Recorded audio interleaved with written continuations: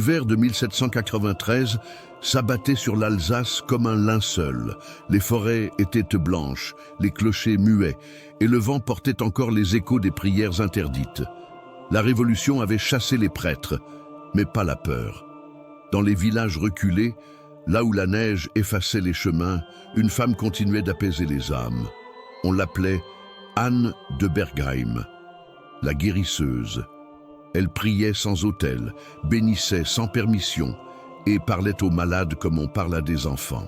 Son pouvoir n'avait rien de magique. C'était celui de la foi sans livre, des gestes transmis par les mères et oubliés par les prêtres. On venait la voir la nuit, en secret, quand les fièvres emportèrent les enfants ou que la terre refusait de donner. Elle murmurait des prières en vieux dialecte, traçait des signes dans l'air et disait toujours « Ce n'est pas moi qui guéris, c'est ce qui reste de Dieu dans la nature ». Mais cette parole, dite en dehors de l'église, fit trembler le curé revenu d'exil. Car l'Alsace, cette année-là, brûlait de peur et de foi mêlées. On ne savait plus distinguer le miracle de la sorcellerie. Et dans les sermons, on murmura que le diable avait trouvé refuge dans le cœur d'une femme. Le soir du 24 décembre, alors que le village se préparait à la messe de minuit, une lueur monta de la colline. On entendit des voix, des pleurs, des chants. Quand l'aube se leva, le clocher sonna sans main humaine, et sous l'arbre près du puits, on trouva Anne, suspendue, les pieds nus dans la neige, un brin de gui à la main.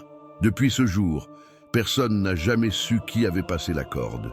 Certains disaient que c'était le curé, d'autres que c'était le ciel. Mais chaque Noël, le vent d'Alsace porte encore un chant sans parole, celui d'une femme qu'on pendit pour avoir trop cru en Dieu. Avant de plonger dans cette histoire interdite, prenez un instant pour soutenir notre travail. Abonnez-vous à la chaîne, laissez un j'aime si vous aimez redécouvrir les récits effacés du passé et surtout, dites-nous en commentaire de quelle région nous regardez-vous, car peut-être quelque part, une colline, une église ou un champ de votre terre porte encore la trace d'une femme comme Anne, une âme que l'histoire a voulu faire taire. L'Alsace, en 1793, vivait entre deux mondes. La France révolutionnaire brûlait ses anciens symboles, détruisait les croix, effaçait les saints. Mais dans les campagnes, la foi populaire résistait, celle qui n'avait pas besoin de livres ni de prêtres, seulement d'une parole et d'un geste. Les guérisseuses, les sages-femmes, les femmes du silence portaient ce savoir. Et ce savoir, pour l'Église renaissante, était un affront. Anne de Bergheim n'était ni sorcière ni sainte. Elle était ce que la Révolution avait laissé, une femme libre de croire à sa manière. Elle guérissait les fièvres, apaisait les bêtes, parlait à la nature comme à une sœur. Mais dans une époque où le miracle n'avait plus de place, son existence même devenait une faute. Et quand la peur revint, il fallut un coupable, toujours une femme. Ce soir, nous allons rouvrir les portes du couvent de Bergheim, écouter les murmures qui ont traversé les siècles et redonner une voix à celle qu'on a pendue pour avoir prié autrement. Car au fond, cette histoire n'est pas celle d'une mort, mais d'une foi que ni la corde, ni le temps, ni le silence n'ont jamais pu étouffer. On disait que la maison d'Anne se trouvait au bout du monde, une cabane de pierre et de chaume, perdue entre les vignes et la forêt, à 1 heure de marche du village de Bergheim. Autour, les champs semblaient dormir, couverts de givre et de silence.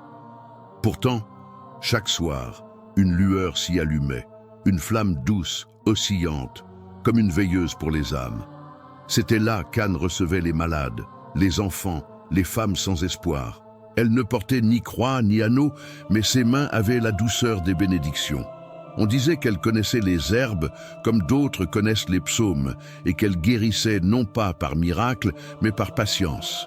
Elle mélangeait la foi à la terre, les prières à l'eau du puits, et dans ses mots, Dieu semblait moins lointain, moins sévère. Les anciens du village la respectaient. Ils se souvenaient du temps d'avant les guerres, quand les prêtres parlaient latin et les paysans ne comprenaient que la pluie. Anne parlait comme eux. Elle ne promettait pas le ciel, mais la guérison. Et cela suffisait. Dans ces années de misère et de peur, le moindre souffle d'espérance valait une prière entière. Mais à quelques lieues de là, dans le presbytère reconstruit après la tourmente révolutionnaire, un homme observait. Le père Louis Brémond, jeune prêtre revenu d'exil, voulait restaurer l'ordre et la foi. Il voyait dans les gestes d'Anne une menace, une confusion entre le divin et le païen. Dieu n'a pas besoin de femmes pour parler, disait-il souvent. Mais ses sermons ne trouvaient plus d'écho. La neige tombait sur les bancs vides. Anne, elle, ne répondait pas. Chaque matin, elle descendait au village, couverte d'un châle gris, portant dans son panier des herbes et des morceaux de cire.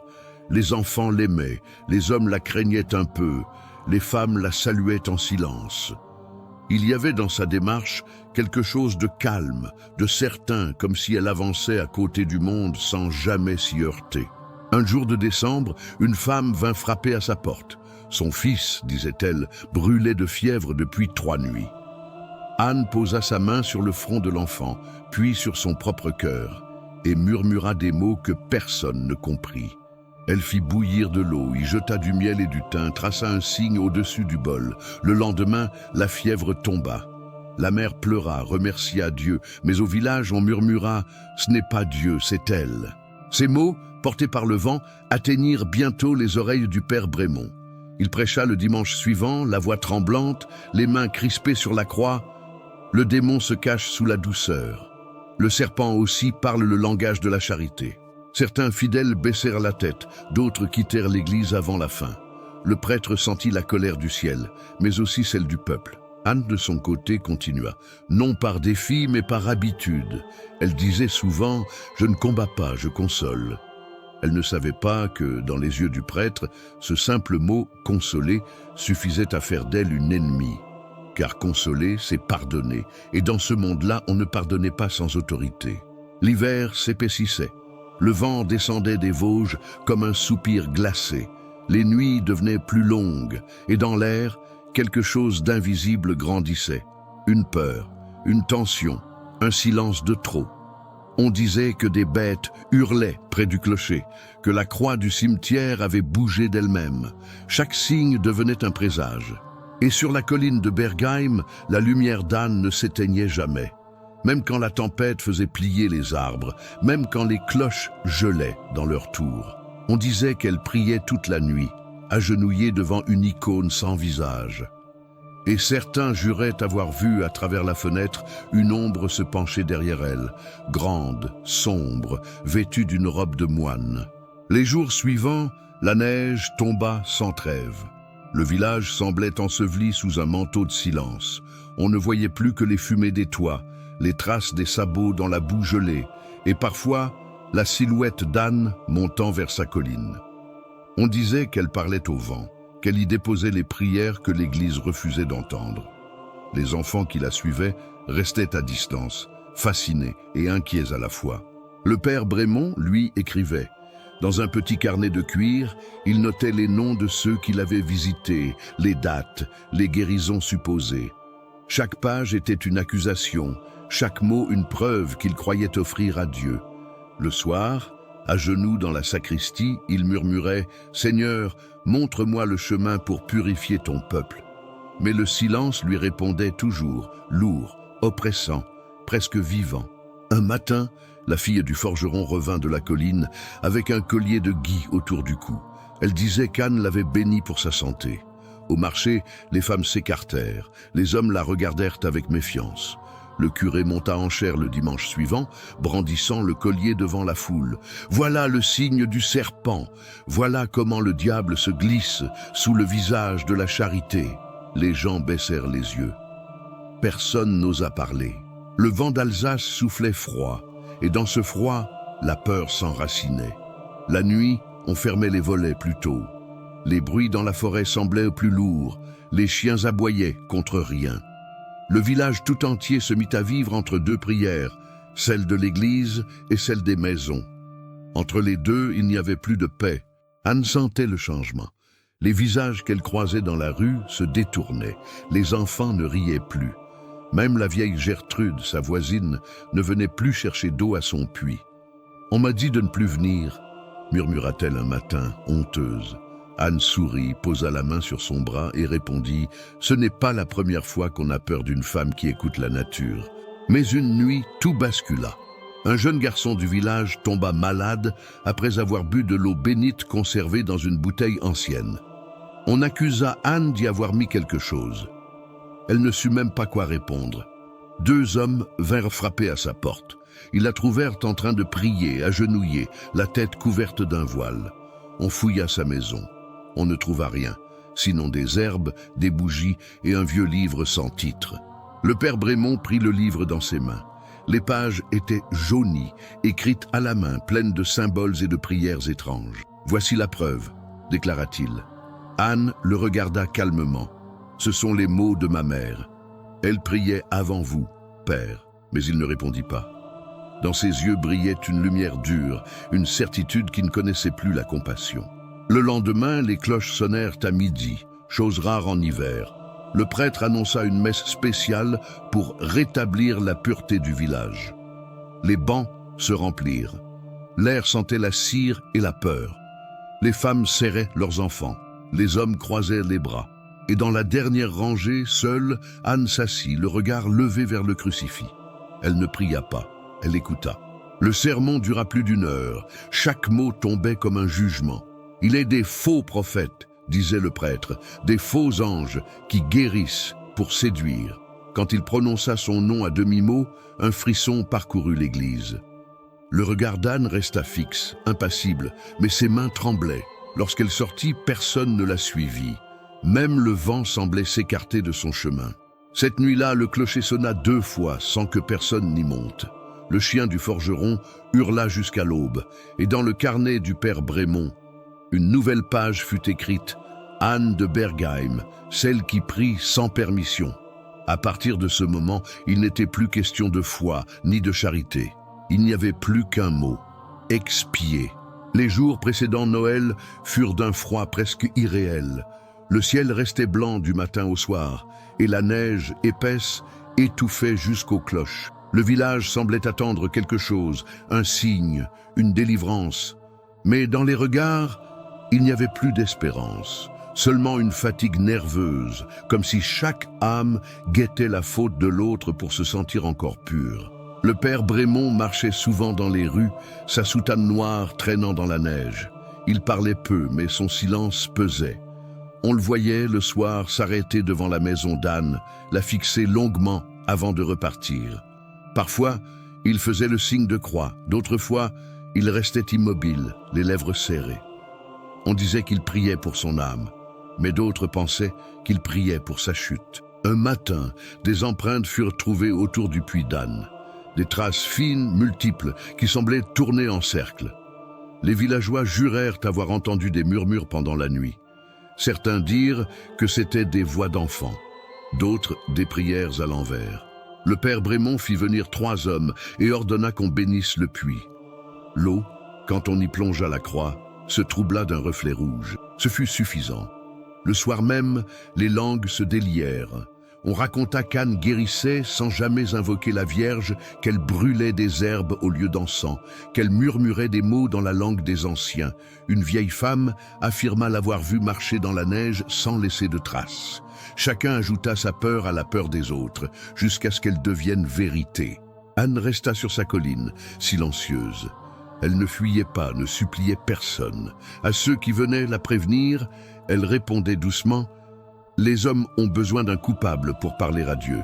Si ce doit être moi, qu'il en soit ainsi. » Elle continuait de soigner ceux qui osaient venir, sans demander ni argent ni promesse.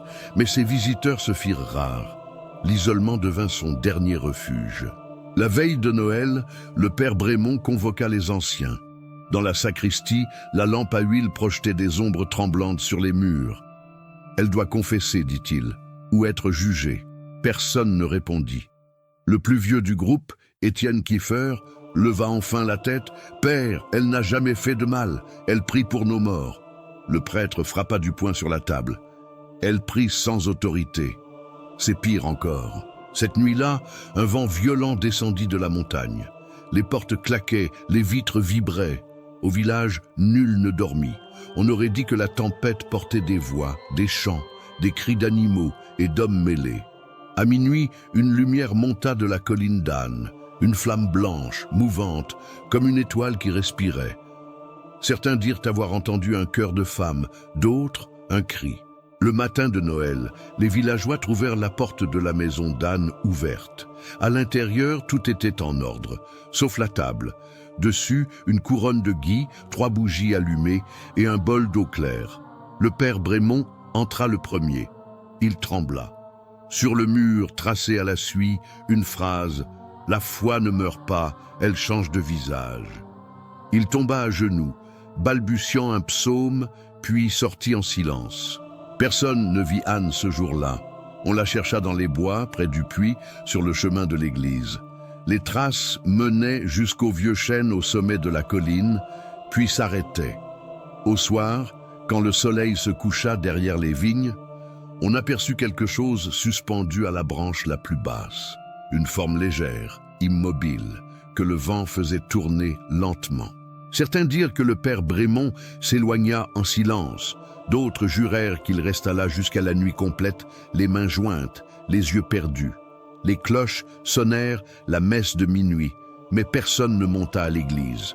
Dans le village, on écoutait seulement le vent qui, entre les collines, semblait murmurer un chant de femme, pur et fragile, comme une prière que même Dieu n'aurait pas voulu entendre. Le jour suivant, le village entier monta vers la colline. Le vent s'était apaisé, mais l'air restait lourd, presque sacré. On détacha le corps d'Anne, encore couvert de neige. Ses yeux étaient clos, son visage calme, si calme que certains crurent qu'elle dormait. Autour de son cou, on trouva une corde tressée de chanvre et de fils dorés, le même que l'on utilisait pour les nappes d'autel. Personne ne sut dire d'où elle venait. Le père Brémond voulut la faire enterrer immédiatement. « Le démon aime l'éveil, dit-il. Mais les hommes hésitèrent. La terre était gelée et personne n'osait creuser. On déposa le corps dans l'église sur une table de pierre. Pendant la nuit, les bougies restèrent allumées. À l'aube, on trouva les mèches consumées, mais la cire intacte, comme si la flamme avait brûlé sans feu. Les femmes vinrent, une à une, déposer des fleurs séchées, des brins de lavande, des morceaux de tissu. Aucune ne parlait. Dans leurs gestes, il y avait quelque chose d'ancien, d'interdit, une prière sans mots. Le curé les observait depuis le confessionnal. Son visage tremblait. Il voulait crier, mais aucun son ne sortait. Dans le silence, il entendait battre son propre cœur, fort, irrégulier, presque coupable. Le soir, un brouillard descendit sur Bergheim. Les maisons disparurent dans la brume. Du clocher, on ne voyait plus que la lueur des cierges à travers les vitraux. Certains disaient avoir vu une ombre marcher entre les tombes, tenant dans ses mains une lanterne sans flamme. D'autres affirmaient avoir senti le parfum du gui dans l'air glacé. Mais personne n'osa parler à voix haute. Le lendemain, l'église était pleine. Les gens voulaient des réponses. Le père Brémond monta en chair, pâle, les yeux creusés. « Elle a péché contre Dieu !» dit-il d'une voix brisée. « Mais Dieu pardonne à ceux qui reviennent à lui. » Il voulut prier, mais ses mots se noyèrent. Une femme éclata en sanglots. Un homme se leva. « Si Dieu pardonne, pourquoi l'avons-nous pendu ?» Le silence tomba, épais, impardonnable. Cette nuit-là, personne ne dormit. Les animaux se mirent à gémir, les horloges s'arrêtèrent. Au presbytère, le père Brémond sentit l'air se glacer. En ouvrant les yeux, il la vit, debout près de la porte, vêtue de blanc, les cheveux libres, les pieds nus. Elle ne parlait pas. Dans ses mains, une petite croix de bois brisée en deux. Quand il voulut se lever, elle avait disparu. Le lendemain, il alla sur la colline.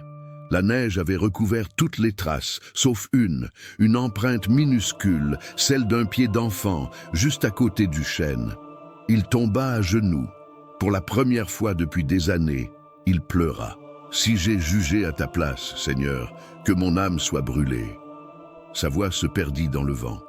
Au loin, une cloche sonna, mais personne ne la touchait. Les jours passèrent.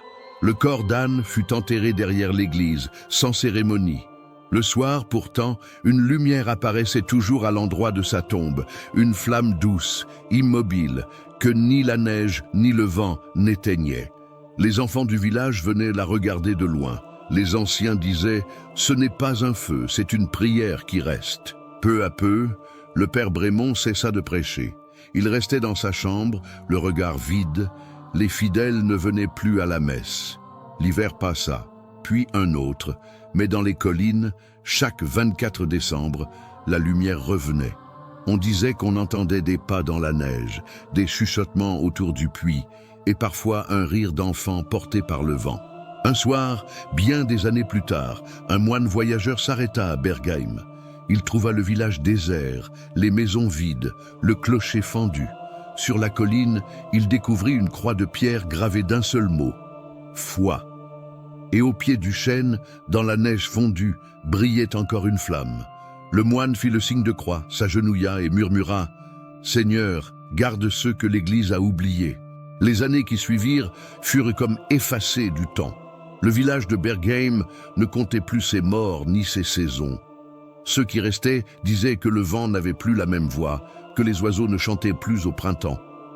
Les chemins menant à la colline s'étaient couverts de ronces et personne n'y montait. Pourtant, chaque hiver, la neige y fondait la première, comme si la terre refusait d'oublier. Le père Brémond vivait toujours, reclus dans le presbytère. Il parlait peu, écrivait encore moins. Ses cheveux étaient devenus blancs, ses yeux creux. On disait qu'il priait sans mots, qu'il attendait un signe. Dans un tiroir, il gardait le livre d'Anne, celui qu'il avait saisi jadis. Parfois, la nuit, il l'ouvrait et y lisait des phrases qu'il ne comprenait plus. Guérir, c'est aimer ce que Dieu délaisse. À chaque fois, il refermait le volume en tremblant. Un soir de décembre, alors que la neige tombait sur les toits, il crut entendre frapper à sa porte. 3 coups, espacés, comme une prière. Lorsqu'il ouvrit, personne. Seulement un panier posé sur le seuil. Dedans, un bouquet de gui et un petit morceau de pain. Le même pain que la guérisseuse offrait jadis à ses malades. Le prêtre ferma la porte, tomba à genoux et pleura longtemps. Il savait qu'il n'y avait plus personne à Bergheim pour frapper ainsi. Cette nuit-là, il fit un rêve. Il se tenait dans la neige au pied du chêne. Anne était là, debout, les bras ouverts. Autour d'elle, une lumière douce, dorée, qui ne brûlait pas.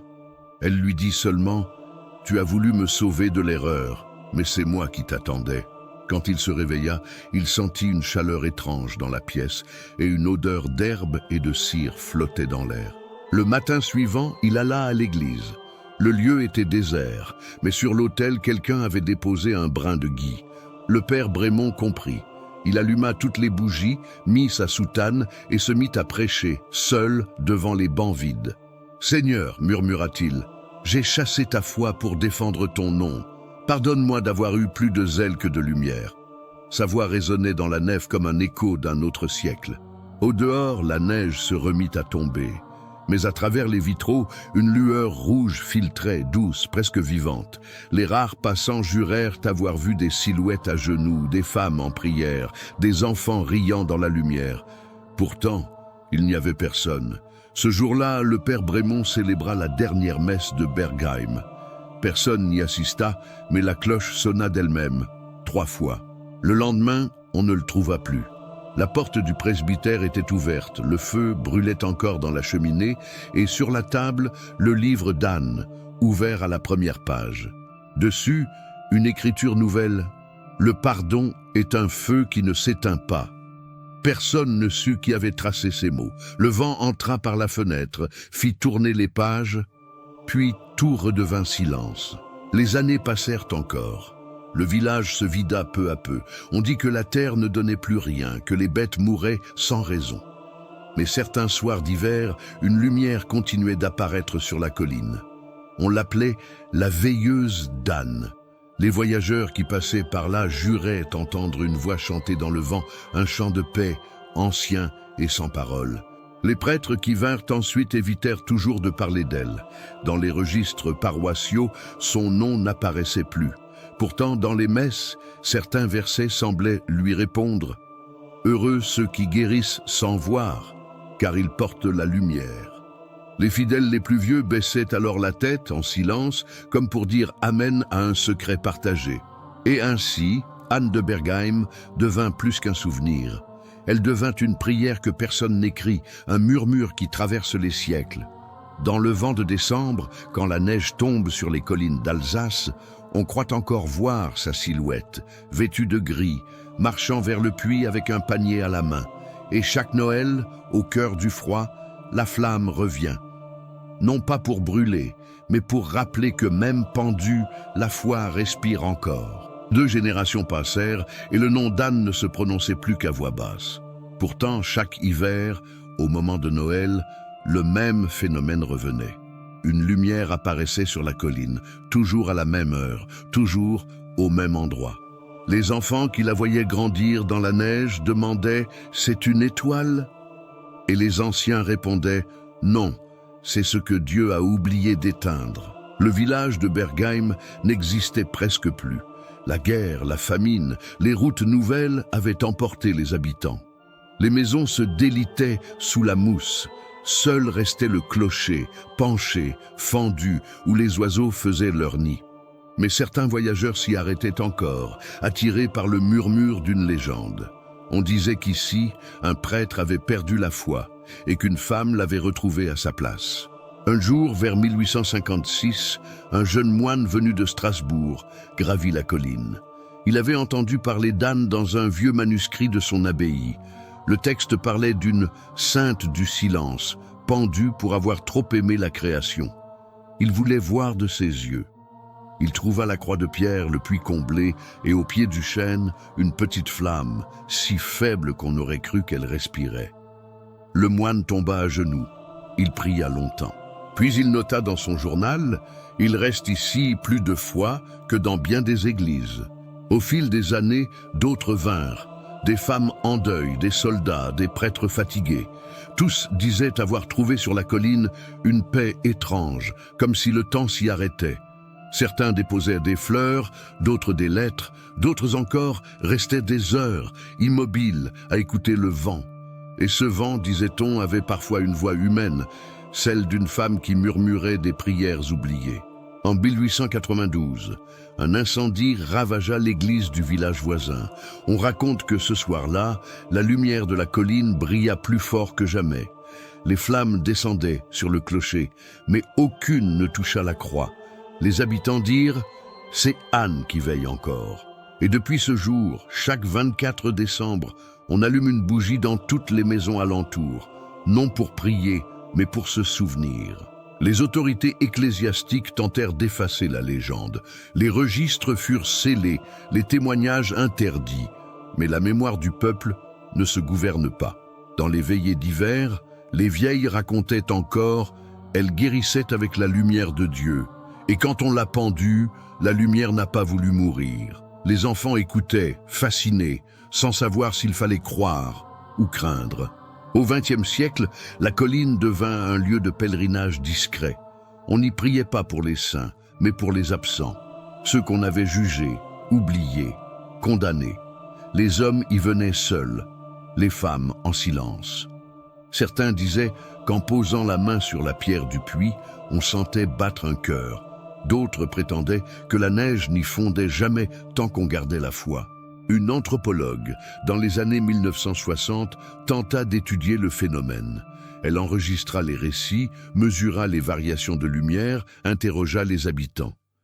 Mais chaque fois qu'elle gravissait la colline, son appareil cessait d'enregistrer. Elle finit par écrire dans son rapport « Ce lieu n'a pas besoin de preuves, il se défend avec le silence ». Et elle aussi, avant de partir, déposa un brin de gui sur la croix. Aujourd'hui encore, les cartes ne mentionnent plus Bergheim. Mais si l'on marche au nord des collines d'Alsace, à la tombée du jour, il arrive qu'on entende une mélodie lointaine, un chant sans mots, doux comme une berceuse. Ceux qui l'ont entendu disent qu'il ne vient pas du vent, mais de la mémoire, qu'il naît de la terre elle-même, comme une prière qui refuse la mort. Et dans les églises modernes, quand la messe de Noël résonne, certains prêtres baissent la voix au moment du credo, car au fond de leur cœur, ils savent qu'il existe un autre évangile, celui que les femmes portaient autrefois dans leurs mains, celui qu'on a brûlé, pendu, condamné. Et chaque année, à Noël, quand la neige tombe sur l'Alsace, Dieu peut-être se souvient lui aussi. Il y a des histoires que le temps refuse de dissoudre, des noms que les pierres murmurent encore lorsque personne n'écoute. Anne de Bergheim n'a pas laissé de tombe digne, ni de relique, ni de prière officielle. Elle n'a laissé que le silence, et parfois, c'est le plus lourd des héritages. Dans l'Alsace, où l'hiver emporte tout, il existe encore un souffle que rien ne brise. Ceux qui marchent près de la colline, par une nuit de décembre, disent sentir une chaleur subtile, comme la trace d'une chandelle qu'on vient d'éteindre. Ils ne voient rien. Ils entendent seulement le vent. Et pourtant, ce vent parle. Peut-être que la foi ne meurt jamais. Peut-être qu'elle change simplement de forme, de visage, de voix. Peut-être que Dieu se cache dans celle que l'on a pendue, dans les prières sans livre, dans les mains qui guérissent sans permission. Et si un soir la neige tombe sur votre chemin, souvenez-vous d'Anne, non pas pour pleurer sa mort, mais pour reconnaître sa lumière.